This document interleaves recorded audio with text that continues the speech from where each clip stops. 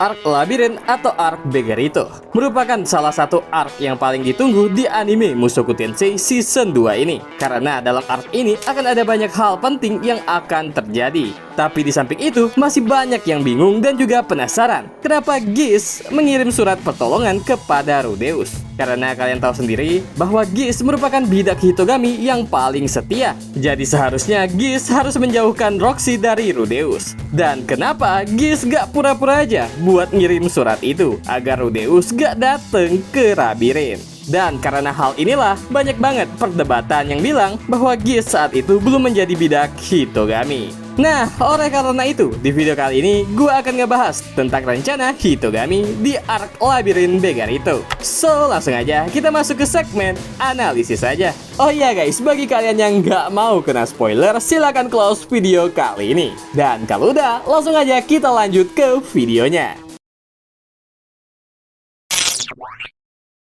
Kalian pasti berpikir kan bahwa rencana Hitogami di sini merupakan rencana yang sangat buruk dan pastinya menyebabkan blunder bagi dirinya sendiri. Karena di dalam mimpi Rudeus, Hitogami meminta Rudeus untuk tidak pergi menyelamatkan Zenitsu. Karena kalau dia tetap pergi, dia akan menyesal. Sementara bidak Hitogami yang bernama Geass malah mengirimkan surat permintaan tolong buat ngebantu menyelamatkan Zenitsu. Dan setelah itu, banyak dari kalian yang bilang rencana Hitogami ini sangatlah blunder. Dan ada yang bertanya, kenapa suratnya harus dikirimkan? Kan bisa pura-pura aja terkirim. Nah, langsung aja, gua akan bahas rencana Hitogami selain yang ada di episode 18 dan beberapa rencana lain yang gua dapatkan dari kalian.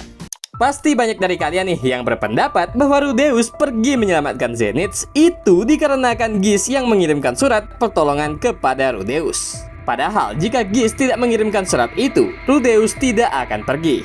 Nah sebenarnya guys, jika Geass tidak menulis dan mengirimkan surat itu kepada Rudeus, maka yang akan menulis dan mengirimkan surat itu adalah Paul. Karena di saat itu, Paul emang ingin mengirim surat dan meminta bantuan kepada Rudeus. Tetapi Geass menawarkan diri untuk menulis surat itu. Dan bisa dibayangkan seberapa detail surat yang dituliskan oleh Paul nanti. Coba deh kalian lihat di episode 15. Di situ akan terlihat surat yang dikirimkan Paul kepada Rudeus begitu panjang dan detail banget. Padahal isi suratnya hanya ingin mengantarkan adik-adiknya ke rumah Rudeus. Jadi, jika Paul yang menulis surat meminta bantuan mencari Zenitsu kepada Rudeus, pastinya dia juga akan menceritakan semua kejadian yang terjadi, terutama keadaan Roxy yang terperangkap di dalam dungeon. Sementara ketika Geass yang menuliskan surat itu, isi surat itu sangatlah singkat, seolah-olah masalahnya itu sangatlah sepele. Dan dia hanya menuliskan kesulitan menyelamatkan Zenitsu, butuh bantuan. Dan tidak ada kata-kata yang menyinggung Roxy di situ. Karena kalau kalian lihat di episode 20, hanya Geass lah yang bersikeras kalau Roxy itu sudah mati. Karena dengan mendengar kalimat Roxy terperangkap aja, itu sudah cukup untuk membuat Rudeus langsung pergi. Bahkan bisa aja hari itu dia langsung mengatur persiapan buat pergi. Karena kalian lihat sendiri kan, saat Rudeus baru pertama kali mendengar bahwa Roxy terjebak di dalam dungeon, dia langsung khawatir seperti mau pingsan. Terlebih lagi jika yang menulis itu adalah Paul. Bisa dipastikan Rudeus tidak akan mempercayai Hitogami lagi dan akan sangat marah dengan Hitogami karena telah melarangnya ke sana. Padahal Roxy sedang terperangkap dan Paul sangat butuh bantuan untuk menyelamatkan Zenitsu. Bisa dibilang untuk kasus ini, surat dari Geass emang sangat penting untuk meningkatkan peluang keberhasilan Hitogami. Karena kalau hanya dengan rayuan dan perintah Hitogami, pastinya Rudeus akan menolak mentah-mentah hal itu. Banyak juga nih rencana atau pendapat dari kalian yang bilang kenapa Geass tidak membakar suratnya aja dan pura-pura bilang ke Paul bahwa suratnya sudah terkirim. Nah mungkin ini adalah rencana yang sebagian besar kalian pikirkan. Dan setelah gua analisis, ternyata rencana ini masih ada celahnya. Misalnya nih, jika Geass tidak pernah mengirimkan surat itu, tetapi dia akan berkata kepada Paul bahwa surat itu sudah terkirim. Dan yang akan terjadi, Rudeus tidak akan pernah mendapatkan kabar apapun. Rudeus pun akan tenang dan damai menunggu kelahiran anaknya, sambil membayangkan dan menghayal jika suatu hari nanti semua keluarganya sudah terkumpul, mereka akan sangat bahagia setiap harinya. Dan 1 tahun kemudian, ketika Paul dan partinya pulang ke rumah Rudeus, Paul dan anggota partinya akan sangat marah karena Rudeus tidak mau datang untuk membantu menyelamatkan Zenith. Padahal Zenith adalah ibunya. Dan hal seperti ini pernah terjadi di novel Mushoku Tensei season 23. Dan di sini Rudeus pun akan berkata bahwa dia tidak menerima surat atau kabar apapun. Oleh karena itu Rudeus tidak bisa mengambil tindakan. Lalu Rudeus juga akan dibelah oleh Elinalis. Karena kalau beneran surat itu sudah dikirimkan kepada Rudeus, Rudeus pastinya akan memberitahu Elinalis. Paul dan Rudeus pun berdamai, yang mungkin aja mereka akan kembali ke Begarit untuk menyelamatkan Zenith. Dan mereka kemungkinan akan marah kepada Gish, karena Gish lah yang bertugas untuk mengirim surat itu. Dan Rudeus juga akan sangat marah dan tidak akan mempercayai lagi Hitogami. Terlebih lagi jika Paul menceritakan soal Roxy yang terjebak di dalam dungeon. Dan di sini keuntungan yang didapatkan Hitogami adalah Rudeus mungkin tidak akan pernah bertemu dengan Roxy lagi. Tetapi kerugian besar bagi Hitogami adalah kehilangan kepercayaan Rudeus, karena mengingat kedua istri Rudeus masihlah ada dan masih menjadi ancaman bagi dirinya. Mungkin juga di sini Rudeus akan langsung mencari Nanahoshi buat dipertemukan dengan Orsted dan akan langsung menjadi sekutunya untuk melawan Hitogami.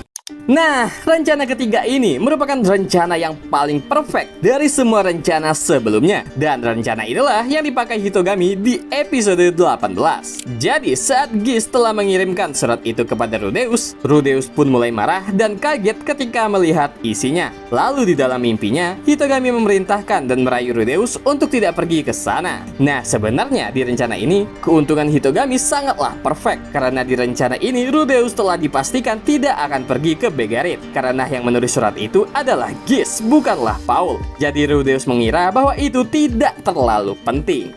Ditambah lagi saat itu Sylvie juga sedang mengandung. Tetapi tak disangka ternyata Nonlah yang dapat membujuk Rudeus ketika dia lagi bimbang buat menyelamatkan Zenith. Yaps, ini merupakan hal yang gak terduga buat Hitogami. Tapi walaupun begitu, Hitogami tidaklah bodoh, karena dia sudah menyiapkan rencana cadangan jika Rudeus memaksa buat pergi ke benua Begarit, yaitu dengan mengatakan bahwa dia akan menyesal jika pergi ke sana. Dan bener aja, saat Paul mati, itu menjadi momen yang sangat menyakitkan bagi Rudeus. Walaupun sebelumnya, Rudeus itu tidak bisa menganggap Paul sebagai ayahnya. Tapi saat Paul sudah dimakamkan, Rudeus baru menyadari bahwa Paul adalah orang yang lebih berharga dari yang dia kira. Dan disinilah Rudeus menganggap peringatan yang diberikan Hitogami emang bener adanya. Walaupun ada sedikit keraguan di dalam dirinya. Karena Rudeus yakin Paul mati karena keegoisannya sendiri untuk menyelamatkan Zenith. Jadi, misalnya Rudeus tidak pergi menyelamatkan Zenith, maka akan sangat sesuai dengan rencananya Hitogami. Tapi, jika Rudeus memilih pergi, maka akan sesuai dengan rencana cadangan Hitogami, yaitu mendapatkan kepercayaan Rudeus terhadapnya. Oleh karena itu, rencana ketiga ini dipilih oleh Hitogami karena peluang yang dihasilkan sangatlah bagus. Ya, walaupun Rudeus dan Roxy bertemu, tetapi Roxy belumlah memiliki anak, jadi masih ada waktu buat menghabisinya dengan tragis, seperti yang pernah dialami di timeline Rudeus tua. Oke guys, begitulah semua rencana Hitogami yang mungkin akan terjadi jika dijalankan. Lalu, dari sini kita tahu bahwa hal yang sangat penting bagi Hitogami adalah kepercayaan Rudeus. Karena dengan Rudeus percaya kepada Hitogami, Hitogami pun bisa memainkannya sesuka hati. Tetapi misalnya kalian ada pendapat atau teori lain, langsung aja tulis di kolom komentar dan kita diskusikan sama-sama. Karena untuk segmen analisis ini memang dikhususkan untuk berteori dan berdiskusi. Lalu, jika kalian suka dengan video kali ini, silahkan subscribe dan dah.